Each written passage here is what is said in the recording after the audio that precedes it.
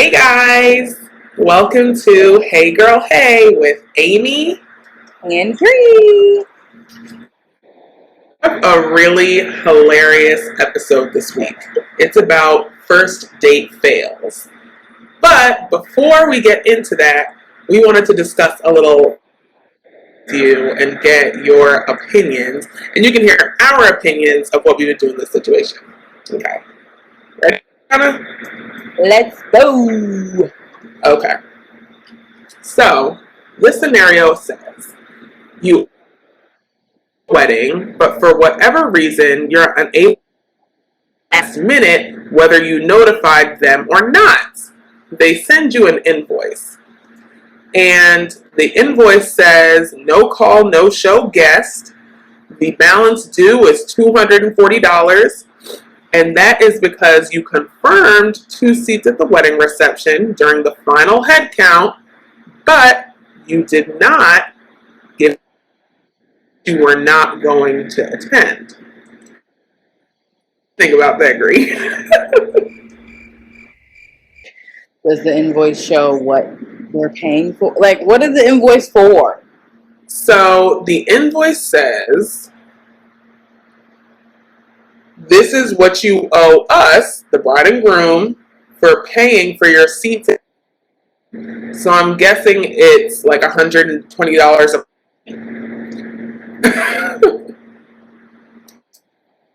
in the wrong. Obviously, I've never been married, but I've been in a few weddings, and I know they're expensive.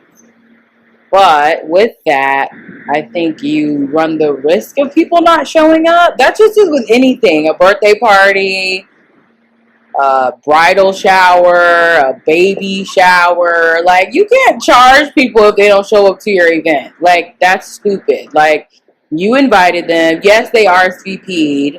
But unless you specifically put, if you do not show up, it will be a $120 per person fee. You can't expect them to pay. Yeah, you can send the invoice, but if they don't pay the money, like, you can yeah, you can be mad, but like, you can't expect those people to pay that unless you specifically put, hey, if you don't show up, I'm sending you $120 per person fee. Like, you don't know why those people didn't show up. It's a pandemic. Maybe they had COVID. Maybe, I don't know if the wedding was a destination wedding. Maybe their flight got canceled. It's the same destination. It says it was in Jamaica. Mm-hmm. Okay, like, there's a lot of circumstances surrounding it. Unless it was like down the street and they just didn't come. Please don't send me any. I kind of agree, but I also disagree. I see sides. Now, if I invite you to my wedding and you confirm at the final head count that you will be there, the thing to do is send me a text to let me know you're not coming. Like, you don't have to pull a no call, no show. Like, what are you doing that you can't send a text message? And on the other hand, invited me to their wedding, sent me an invoice for not showing up. We're not friends anymore, because you're not about to do that to me. You're not about to be petty with me. But also, if I was the bride, maybe I wouldn't want to be friends. Never send an invoice. That's just ridiculous. But I could definitely see myself cutting somebody off because you said you were coming to my wedding and you didn't even have the decency to tell me you wouldn't come or you couldn't come. Yeah, and I also want to know, like, how close these people are, because, you know, people like pull people out the woodworks when they invite people to They sure did. Weddings, especially, like, it'd be like your cousins, aunties, grandmas, you know, third cousin. Like, was this person, or was this like your best friend that didn't show up? Because it depends on the relationship. Is it somebody you can pick up the phone and be like, hey, what happened? Why didn't you show up? Or is this somebody that is not easily accessible that you can contact, that you might have like, hey, mom, can you call this person and see why they didn't come? Or your mom's friend, or like your dad's friend, or your husband's people. Like, who is it? Because if it's someone close to you, I think I would be more offended, and then I would reach out and be like, hey, you RSVP for my wedding, why didn't you show up?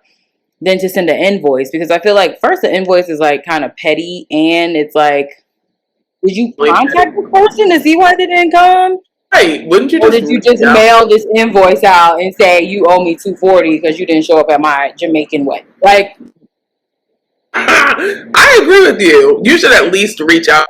Actually, if I was the bride, I wouldn't reach out to you. You should be reaching out to me because you're the one who messed up. I wouldn't send the invoice though. But what if it's like a 95-year-old woman? I would. If it's a 95-year-old woman, I'm not sending her an invoice. That's just crazy. But if it's like exactly, I think it's just more to the story. Like, what? Who is this? I think that yeah. First of all, if I don't come to your wedding and I did RSVP and you send me an invoice, I'm not paying it. And then we ain't talking anymore. Yeah, don't send me an invoice to your wedding. Like, you invited me to the wedding, whether I come or not. Don't send me an invoice. If you didn't have the money to pay for the guests that you invited, you should have cut down the list. Maybe you should have invited less people. You're right though. Like how you mentioned, like it's like if it were a birthday party or something, people RSVP for birthday parties, and then you have too much food. Okay, you paid too much. That's the risk you run. Next time, don't invite a bunch of people. Invite the people who will show up. Prime example, my birthday party. I did a reservation, I think, for 20, and 17 people showed up, or like 16 people showed up. So technically, that restaurant was supposed to charge me $50 for every open chair at the table. They didn't, because the waiter was just nice, but what do I look like sending an invoice right people that didn't come to the birthday? That's dumb. Like, one of them had a sick child. You know what I mean? Where I'm gonna say, hey, because you didn't come to my birthday party, I'm gonna send you a $50. No, but at the end of the day, like, that's something that I can have a conversation with them about. Mm-hmm. Like, you didn't tell me you weren't coming. Well, you told me you were coming, and then you didn't say you weren't coming. But at the end of the day, like, they didn't charge me $50. But even if they would have, am I going to send you an invoice for $50? Hey, you owe me $50 because you RSVP for my birthday party and you didn't come. And I feel like the worst part is, like, I'm sure these people are not hurting for the money. I think they're just petty people. Which makes it even worse. Like, if I knew my friend was like on a tight budget and I couldn't make her wedding for some reason, I would be annoyed to send me the invoice, but I would send her the money. But I also probably wouldn't want to talk. So, but think about the vice versa. Like, say you paid $240 to go to the wedding and you couldn't make it, would your friend reimburse you? No. No. You know they wouldn't. So why would I pay you? Like, I agree. That reminds me of, like, I'm not paying to go to your wedding. When hairstylists are like, if you're late, you owe me 15%, but if the hairstylist is late, you get no benefit. Right. You want me to tip you? No. Right. Okay. But yeah, so that was just a little fun chit chat. We should do more of these scenarios in the beginning. I like it. That's crazy. I ain't never heard of stuff like that. Girl, ghetto. People are so petty.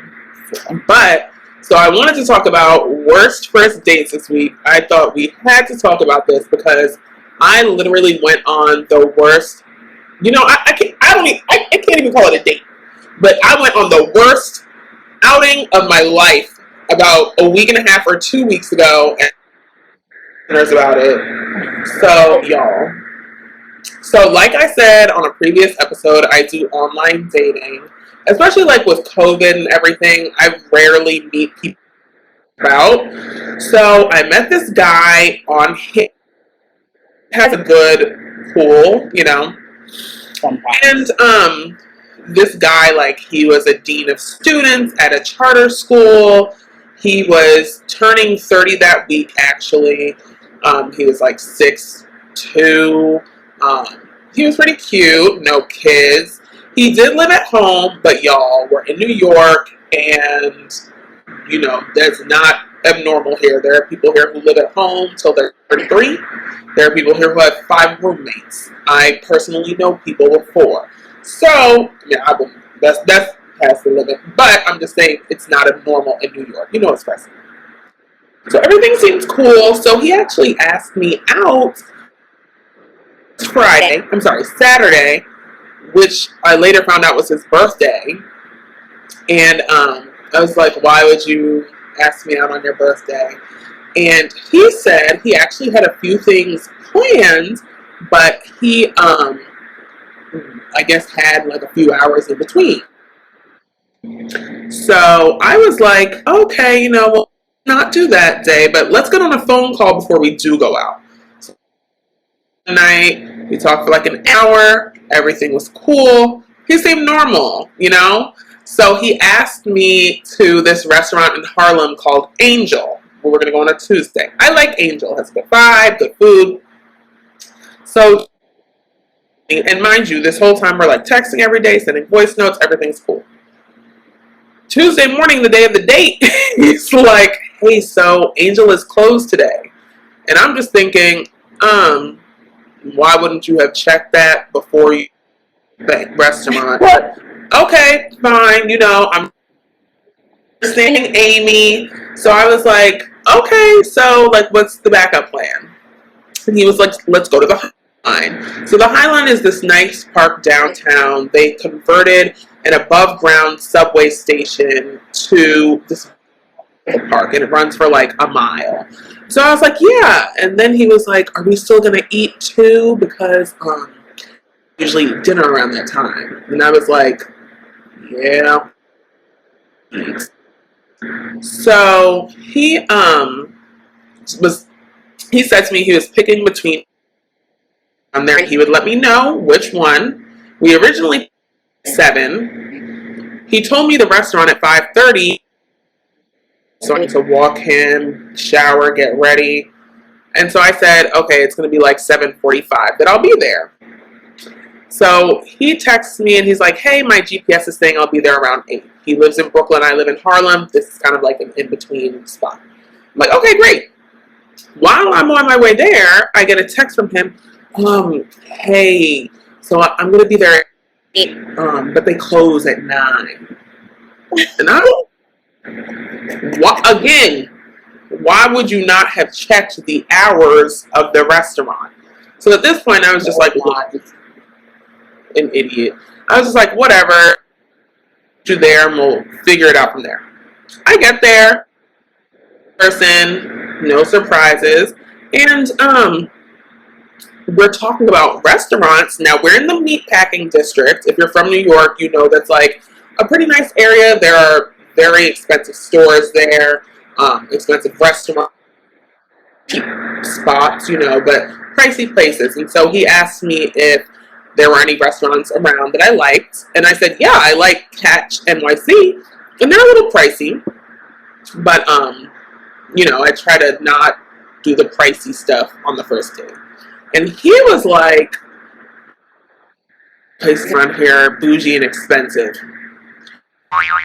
That was problem 1. I feel like you should money on a first date. Like, why are you telling me something is too expensive for you? So then I said to him, well, like, are you hungry? And he was like, well, I smoked with my friend earlier and we ate, so not really, not that hungry. And I said, aren't we? And he said, did we say we're going to dinner? Y'all know I was irritated. Okay? I was irritated.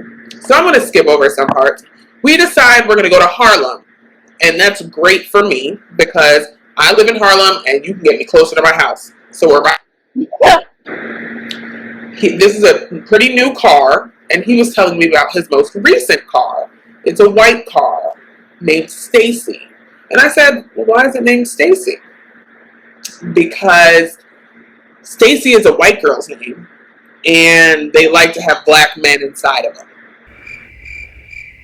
I was like, okay. So then we're talking about hobbies. Okay, well, what do you like to do, guy? I like to smoke and drive my car. I like to smoke and go driving. And I said, that's not a hobby. What are your hobbies? Like, you like to do? I like, and then I like to stop and look up at the clouds, because it's so interesting. And then I'm thinking, like, is he still high now? Nuts. And I said to him, you don't like to people watch?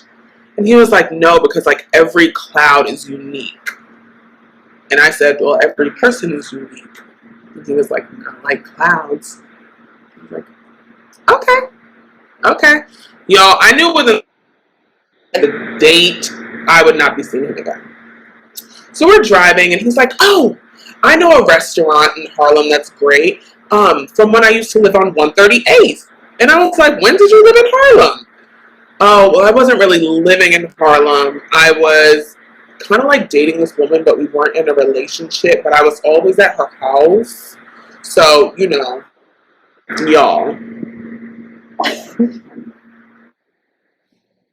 I said, okay, we're now. If y'all from Harlem, you know Lenox Ave. You mean Lenox? And I said, Lenox Avenue? And he said, it's Lenox. Y'all. I said, what? It was like, how do you say Lenox Hospital? Which is like a very popular hospital we have here. And he said, I don't. And I said, okay. We get to the restaurant. All the parking spots are outside waiting to get in. And I'm thinking, thank you, Jesus, because I did not want to go anywhere with him where we would have to wait for our waiter, wait for them to bring our food and drinks. So I was like, we don't have to go. We don't have to go. And he's like, well, what about plan B? And I said, oh, what's plan B? He said, we can go to the liquor store and get a bottle of wine and go sit on a bridge. Nigga, are we homeless? What? No. You know what it reminded me of, Brianna? Like, I don't think y'all did this in Atlanta, but when we were in like high school or we would come home for breaks during college, we would like, me and my girlfriends, we would like, one of us would be, we'd be like, okay, like bring your friends and bring a bottle. Bring a bottle. Yeah. We would hang out in the basement or hang out on the stoop or go to the park or something like that. That's what this reminded me of. Long story short, this man wanted to go sit on a bridge. There was no bridge. It was like an overpass that looked like a highway. I had never seen this before. And eventually I was just like, you know what? I'm tired. You can just drive me home. And at one point in the night, he said to me, you didn't ask me what I'm looking for. And I was like, oh. I don't care. Okay, what are you looking for? I don't give a shit.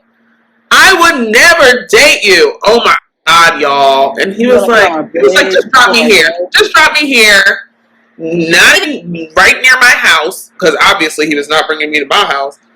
Y'all, embarrassing. But anyway, so that experience had me laughing because I'm not even upset. I just thought it was fucking hilarious. Like, this is dating at 31. This is dating at 31. Like, this is tragic. And his, like, on paper, amazing. Tall, cute, no kids. Dean of students. Like, no, it doesn't matter. But anyway, so after that experience, I thought we had to discuss this on our next podcast. So, Brianna and I asked our listeners to write in about their worst first experiences, and we're going to read them to y'all, and we're going to discuss each one. Okay? Are y'all ready? We got some stories for y'all. You got 4, girl. Okay, so the first one I got, I was cracking up because I was like, this is not real. So, He said, okay, I never really had a crazy bad first date. I was like, what? Okay. lucky him. But the probablyest thing that's happened is this girl and her baby daddy must have followed us to, I went out with this girl who had a child. Her baby daddy must have followed us to the restaurant. Once we were seated for about 10 minutes, he pops up at the table and says to her, this is how we doing it? And then drops their daughter off at the table with us and leaves. Oh, God. Wasn't hostile or trying to fight, but it was just crazy and embarrassing for this dude to be doing this in Houston's. And Houston's is like this expensive steakhouse. Oh, my God. That, you know, is here in Atlanta or whatever. And he was like, the girl was so embarrassed. She was very apologetic. But at that time, I didn't know what to do because it was late at night. She had a little girl. So we got in my car. I took her home. And then she asked me if we were going out again, and I never responded. Hell no! Hell no! What? No, she still had to have been messing with her baby daddy. First of all, when he said that's a crazy experience. That's like, really very. How does he know where you are, where you're seated? First of all, Houston's is dark. Like at night, they like kind of turn the lights down or whatever. He knew where you were seated. He must have a tracker on her phone. Then you say, this is how we doing it, and just leave the kid? Mm-hmm. They still fucking around. They probably live together. I'm sorry, what? Mm-hmm. Didn't you want to know when we're going out? We're not going out again. We're not going. No. That's the thing that's so crazy. Like, even after that guy, he was like writing me, and I just eventually didn't respond. Like, there's no way you thought that was a good date. Like, that's not normal. Like, that it's not normal for people to like stalk like you and then like bring your kid in a restaurant, drop them off, and then, leave it. You think I'm gonna go out with you again, and this is my first time taking you out? What? No. That's really embarrassing. Clearly, either your baby daddy is crazy. At least he didn't do something with him. That could have been way worse. And he honestly doesn't give a crap about your child because he's just leaving you with some random dude. Like, he don't know you. Right. What if the writer was crazy? That's crazy. Like, but also, how does the horrible date? I don't know. I'm like, you must have something. Like, I don't know. Like, how bad could it get? That's very bad. I was like, all right, well. Oh my God. Okay, so let's see. Which one should I read? Okay, so here's one. Okay. My worst first. Oops. Okay. My was definitely with the guy who used the word trans to describe a transgendered person, and it is D. Wade's son. We had a quiet argument at the table about it. I almost got up to leave, but felt like I needed to read his ass. Then at one point, I mentioned the rights of immigrants. Mind you, my parents. And this idiot said, "What rights?" Human rights are said. He then went on to ask me how often I protest and when I'm running for office. I haven't physically been to a protest in a while and have no political aspirations.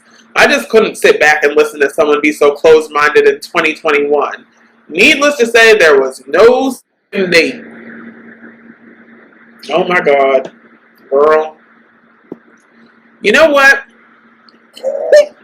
People are crazy. They really are. And you know what I was thinking? Like, I feel like a first date should be like lighthearted, and yes, date we're talking about transgender people, it's immigrants, protesting. Like, okay, no. Even if we we're on the same page about those things, I don't even think I want to discuss that. Is that weird?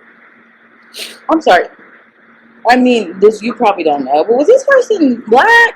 Like, yes, he was black. Oh, he was black. I know. I know. That's very awkward. That makes awkward. And then, like, when you're out with somebody, you don't want to, like, cuss them out, like, at the table, or, like, be rude, or, like, you know, make a scene. So you have to, like, be classy, I guess. But really, argument. Yeah, that's not. I mean, come on, please. I mean, God, know better, but they don't. So, whatever. Okay, what's your next one? Wow. So my next one is my worst first date experience was my last first date before I married my husband. We had been communicating for a few months as we had met through mutual friends. We met up at a restaurant and the conversation was going good until he brought up his relationship requirements. I was highly confused because we weren't in a relationship, nor was I even considering it at that point. Oh, by this point, we had already had our food, and I was already over it because he was the sloppiest eater I had ever seen in my life. I had a toddler at the time, and he ate worse than her. He ordered a burger, and it was literally all over his hands and his shirt, and he was licking his fingers. I was so disgusted and should have left then. Anyways, the first relationship requirement was I had to be a ride or die, followed by the example of if he kills someone, he would tell me and I could tell no one. I yelled, "What the fuck?" He was like, "Chill, it's just an example of how tight I want us to be." Next, he said I was required to consult him before any changes to my body, as in tattoos, piercings, dyeing my hair, etc. I was like, "You aren't my daddy," and his response was now and quickly moved. His response was for now and quickly moved to the next requirement. He said I wasn't allowed to be drunk or high when we were intimate. I paused. We haven't even kissed yet. His response was, "We will after tonight." And he laughed so loud and I laughed so loud and responded, "No, we won't, because you sound like a 2020 relationship waiting to happen." I got up and walked out and blocked him and went home. I was so glad I met him and he didn't pick me up because I truly felt like he would have been a stalker. Mm-hmm. You can't let them pick you up for the first date ever. Yeah, I don't let people pick me up. I will meet you. Yeah. Oh my God, that's horrible. Sir. A ride or die? I'm not riding or dying with you anywhere, and I just met you. And you are talking about... And your example is if I kill somebody, I can't tell anybody. You murder somebody. Why is your head even there? Oh, come on. Right, like what?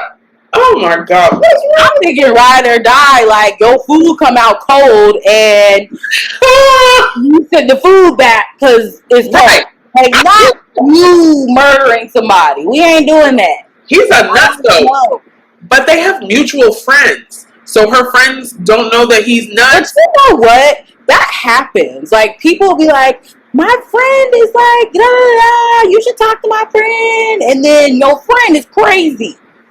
You know what? Because some people are like amazing friends, but horrible partners. Because like, why would it ever come up with your friends like, oh yeah, my girlfriend could never have sex with me if she's drunk or high? Like that would never come up with your friend. Exactly. And how do you know I get drunk or high? Like, how about you ask me, do you drink or do you smoke? Maybe I don't. That's embarrassing as shit. Oh, why don't we just have a normal conversation on the first date? Like, hey, what things do you like to do? And it's insane because she said they had been talking for months. Like, why are you crazy? So he was normal for months, And then after you talking about son, he said, "You're not my daddy," and he said, "For now." He might have been crazy in those months too, or like little red flags. Yeah, what we talked about in toxic relationships. Like probably didn't keep them. I'm glad she drove herself because. And now she's married, so hey. He was not taking her home. No, he wouldn't have. He wouldn't have. Like, oh no, I'm taking you to my house. Oh, Jesus crazy. Oh, I was he such a messy eater. Like that's just. Oh yeah, that would have disgusted. I can't like. Why are you licking your finger? You're just eating a hamburger. That's disgusting. Oh, it's tragic. It's tragic, but you had a happy ending. So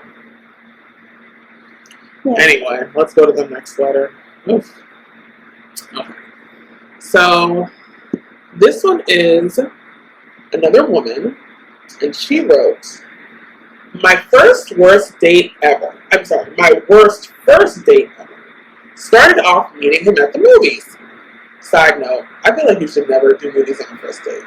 Like, I need to be able to talk to him. But anyway. Okay. I guess it depends on. Yeah, it depends. If we do like dinner and a movie. Right. So you still have a point to talk. That's true. Okay. So she said, my worst first date ever started off meeting him at the movies. When I approached him, thinking he had probably already snagged our tickets, he pointed at the counter and said, "Oh, it's Superman at 8. You can go get your ticket."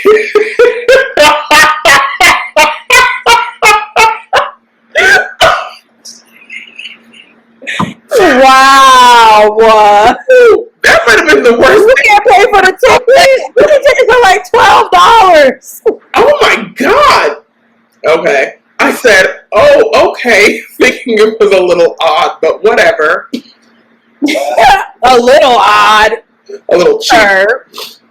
Goodbye. I haven't bought my ticket. I'm going home. Girl, after I got my ticket, I'm sorry.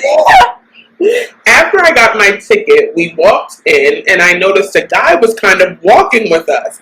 He turned and said, "Oh, I brought my homeboy too. I hope that's cool." Wait, this is a first date? Yeah. You bring your homeboy? Oh my God. So the listener says, like, what was I supposed to say? No, I'm leaving? So I said, "Oh, okay, sure." I'm sorry. Okay, I'm sorry. We go into the theater and his friend sits a few rows behind us. Oh my God, girl. Why are you going to the same movie? Why are you here? Oh my God. About 20 minutes into the movie, he pulls out his penis and asks me to check it off.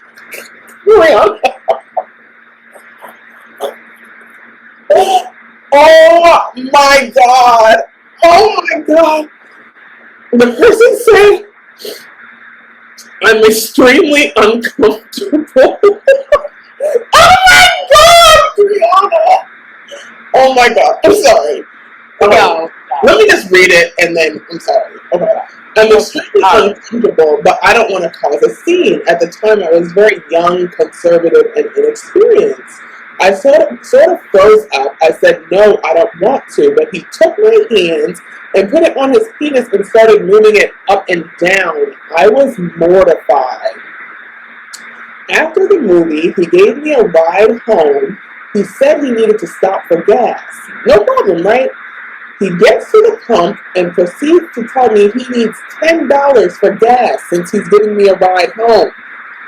I said, "Oh, okay, sure." I gave him $10. He dropped me at home, and I never spoke to him again. That was my very first date ever, and still to this day, worst date ever. You make this shit up. What the F? That takes the cake. Yeah. I mean, that takes the cake.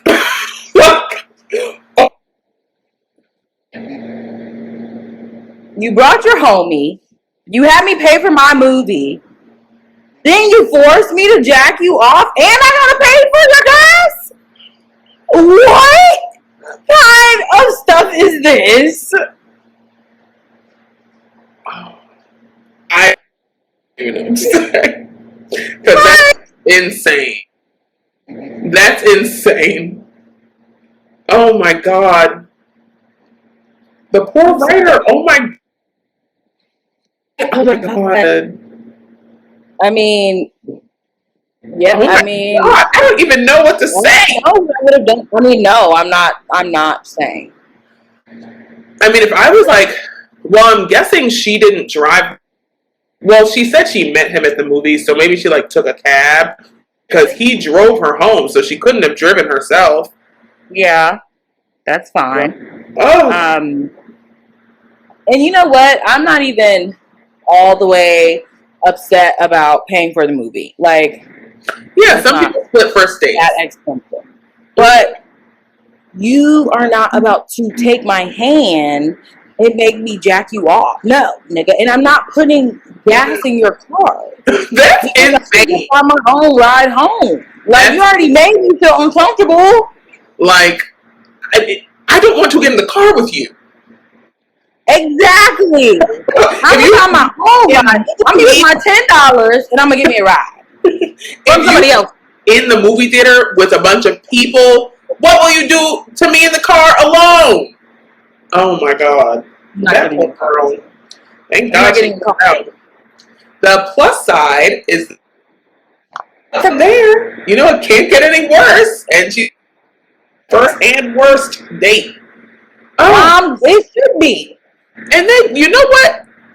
He like, because it's like you are gonna be a complete asshole, and then you also ghost me. Like, what the fuck? Like, what? You can ghost me. No, I wouldn't be curse you out. I'm going to curse you out. Like, no, I wouldn't be giving you any gas money. Dude, just let me out. What if it was like before Ubers existed? Oh, I guess you could call somebody to pick you up or something. Yeah, I'm not. I mean, I never go anywhere without money. Yeah. I've always had a car too, but like for people that don't have cars, I guess they don't really have a choice. But I would have to call somebody. I'm not getting in your car. He's crazy. Oh, Jesus. I'd be like, never. I don't need a ride home. I'm gonna stay at that movie theater. They're open late. I can wait for somebody to come pick me up. Come on, that's insane. Some people are sick in the head. He's sick. You gonna grab my hand and put it in your pants? Oh my God, it's disgusting. Oh Lord, help us, Lord. One girl, you go, because that was nuts. Oh my Lord, Jesus. Wow. So I was talking to this girl for about a month. I think this is the era, but she kept telling me that she could never meet. Finally, we decided to meet for dinner. So we met for dinner. The date was great. We had good conversation. After the date, I walked her to her car, and she was standing outside kind of lingering. I told her I had to go because I had to work the next morning. She stuck her hand out. And I was like, what's up? And she said, you not going to give me no money to get home? What? He said, what do you mean? He said, what do you mean? And she said, you called me out here for dinner, and now I need $20 for gas money to get home. He was like, what? And she said, $20 for gas. Wait, what? He said, I paid for the whole date. What do you mean you need $20 for gas? How did you get here? And she said, on my last little bit of gas, and now my gas light is on. So are you going to give me the $20 or not? And he said no. Did they ever speak? Why would you cut? I don't even think the girl needed gas for it. Her gas tank was not on E. Ate snacks. Girl, come on. That's insane. Speak again? No. I would never. Yeah, I wouldn't give her the money, and I would never go out with her again. Because first of all, I paid for you to eat probably a decent meal. yeah. And then you gonna think I'm gonna give you some money for gas to get home. But do you think she was broke? Because maybe she like just didn't have money, and that's why she kept saying, "I can't come, I can't come." But I feel like knowing this person, he probably offered to pick her up. But maybe she didn't want to get in his car on the first date. She should have paid her at home. She should. I mean, God, you gotta have $20. Because I'm pretty sure you had to go to work. So you asked your manager for $20 to get to and from work? Maybe. No. Maybe. Well, you need to know. Audacity on first. And you know what? I think that's the problem because, like, that's why I think men are some men, not all men. Some people are very generous with money, but I think that's why some men are like so skeptical of women because they think, oh my God, this woman wants my money. But then when you meet a woman who has her own money and it's like, we don't really care to get your money because, like, if I want something, of course I would love for a man to buy me whatever I want. But honestly, I can buy it myself. I'm not going to ask you for $20 to put gas in my car. First of all, $20 doesn't even fill my tank. I need $60. So, I could coins, yes, myself to ask. Yeah, of course, every woman wants a guy that has some funds. But at the end of the day, am I looking to you to support my life? No. Because guess what? I support my own life. I mean, like, why would you even ask for that? That's like on a first date if I say, like, can I have Uber money to go home? But that's also rude. Like, yes.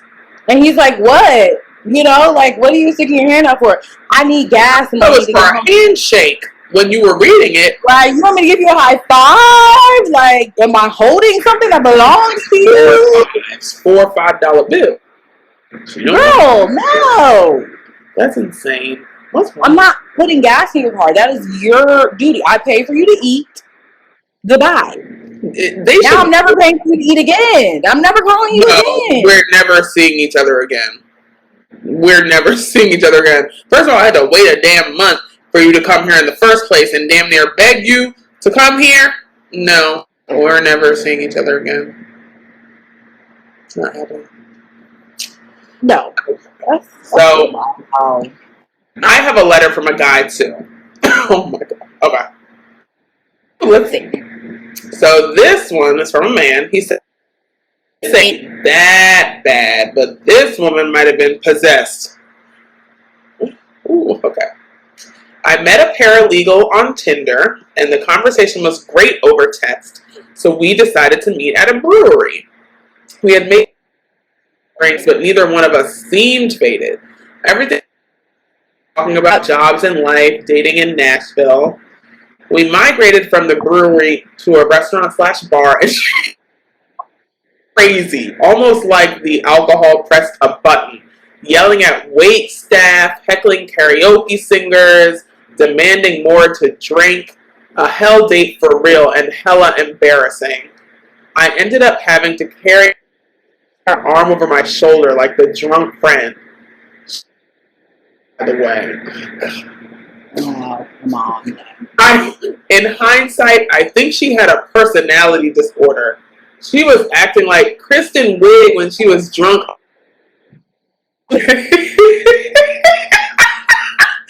I wasn't even tipsy.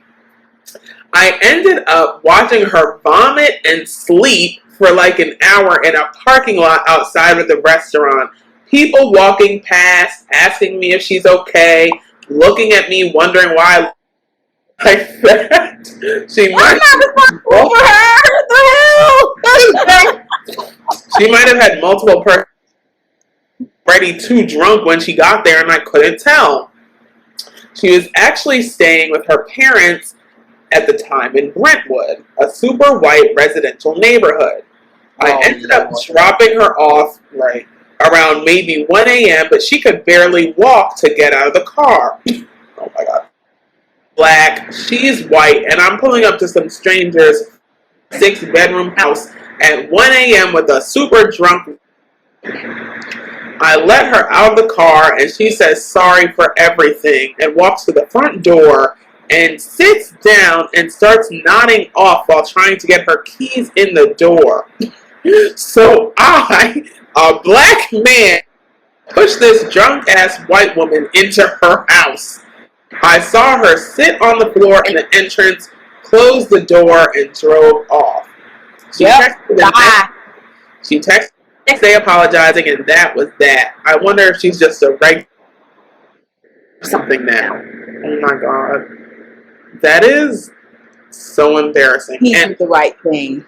He did, and it's even worse because it is worse because he's black and she's white. Like, anything could have happened. Right, because if her daddy or mama would have saw him, they would have been like, oh, you might have abused her, or you got her drunk, or you took advantage of her. Nope, you're in the house, the door's closed, bye.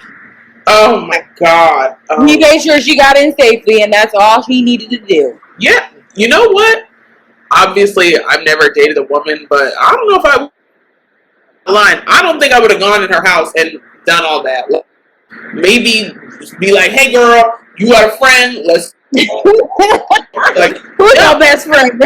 And then even be different if it was just like an affluent white neighborhood and she lived alone. But this is your parents' house? Look, you could be playing like that. But he's, you know, he and he's an attorney. I don't have time. Right. Mm-mm. The like woman, and I knew that he did that for me, I would be really thankful. But also, like, how did she get like that off of 3 drinks? She was probably already drinking that day. Or something. Or some coke. Not crack. She was on something. She might have been on a little crack, cocktail. A little pill cocktail. You never know. Do you have any more stories? Nope. Nope? Oh, perfect timing. So, are you ready for a listener letter? Sure. Okay, let's see here. We have. Okay.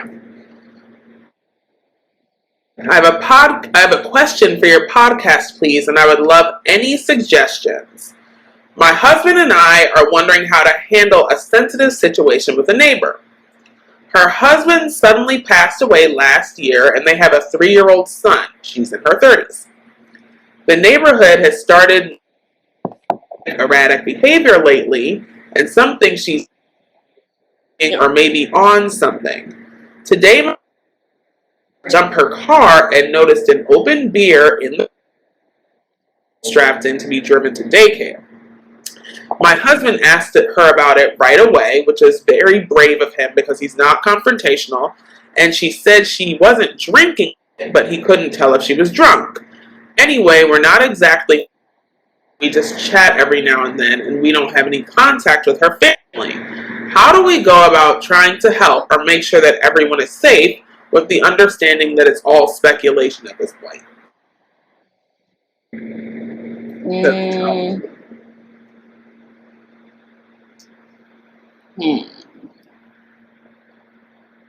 You know what I would do?